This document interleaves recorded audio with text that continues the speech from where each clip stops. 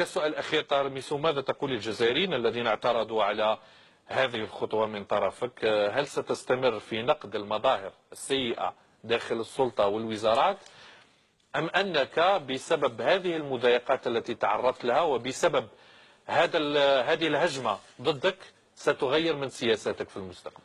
شوف، أنا إلى آخر دقيقة في العهدة تاعي نكمل التدخلات تاعي، سواء تكون سلبية أو نقائص ولا كل شيء.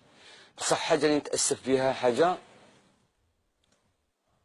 على أنها الجزائريين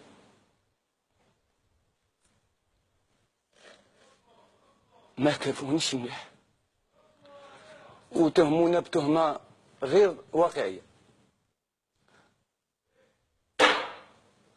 تعرضت بزاف، جابونا جزرمية بوليسية، كراو الولاد كل شيء، من بعد الله فهمتكم.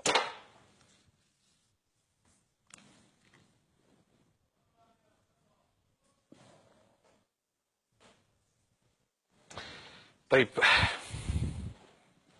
سميسوم، أنا أقدر هذه المشاعر، وطبعا أنا أسئلتي ما كانتش بغرض أنه الإساءة إليك، ولا شك بأن الجزائريين اليوم عندما يستمعون إليك قد يصححون بعض المواقف بعد الموافقة الأخيرة على هذه الدستور. هذه ليست أنت مستمر في عملك كنائب تراقب كل وأحترم فيك هذه الصراحة. يعطيك الصحة سي طاهر ميسوم، شكرا جزيلا.